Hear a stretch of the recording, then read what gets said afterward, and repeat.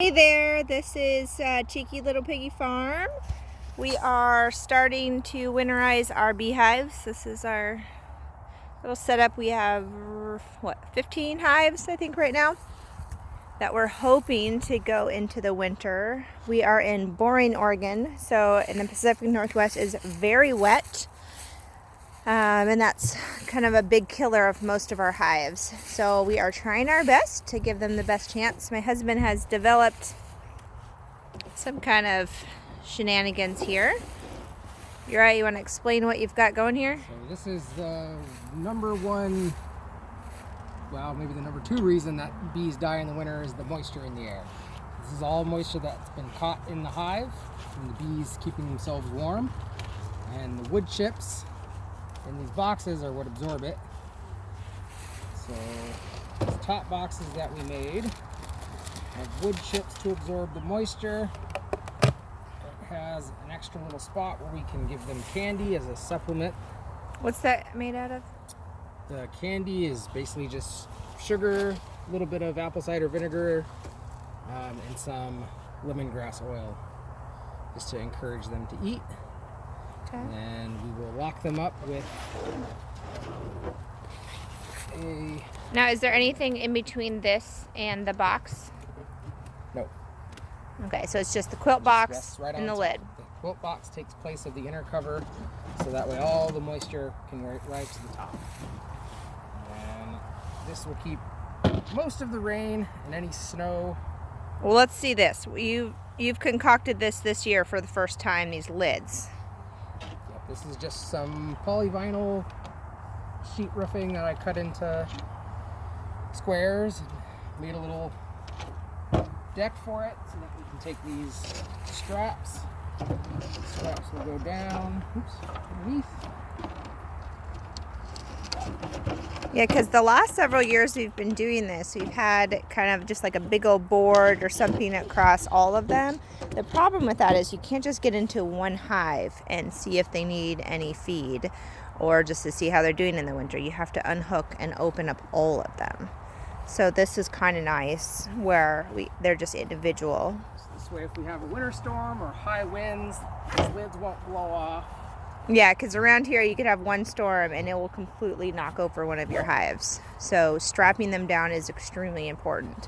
The lids are nice and secure, and then if we need to get into this hive for anything, all we need to do is undo the strap, pull it off, and we can do that without disrupting all the other 15 hives. And you have holes in the tops of the quilt boxes. Is that for ventilation?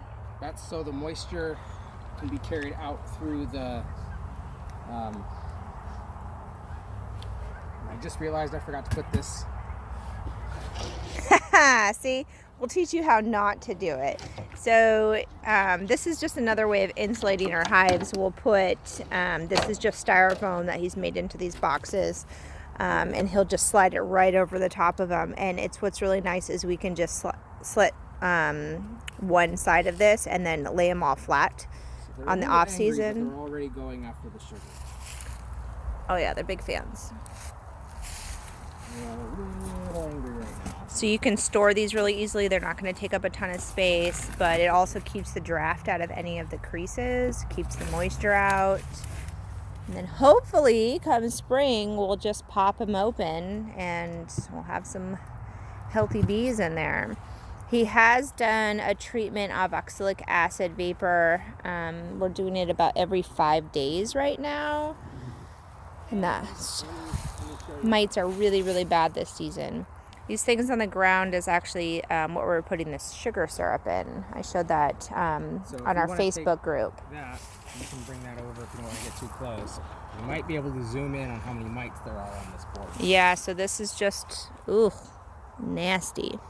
So they had quite, and this is after multiple treatments this year. A lot of mites. This is pretty, it's pretty bad. This hive probably wouldn't have survived winter if we didn't treat with this. Yeah, there's no way. So we've been trying our best. I think we're still going to have quite a few losses, I'm sure, out of 15. But, maybe with this, if the mites get them, the mites get them. But we're giving them the best chance possible by, strapping them up good. And this is kind of a nice time of year because we can put them away and not have to deal with them for a while.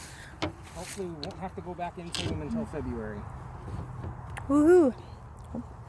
So that's our hives. This is our little bee yard, and they are all swarming around me. They're not happy campers today. There's our little puggy.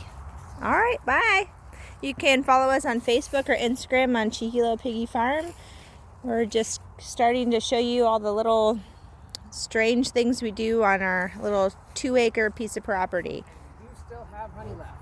All right, and we have some honey left. So we did get honey off of a couple of these hives, but mostly we're leaving all of it for our bees. Hopefully just to make it through and give us a good honey supply next year.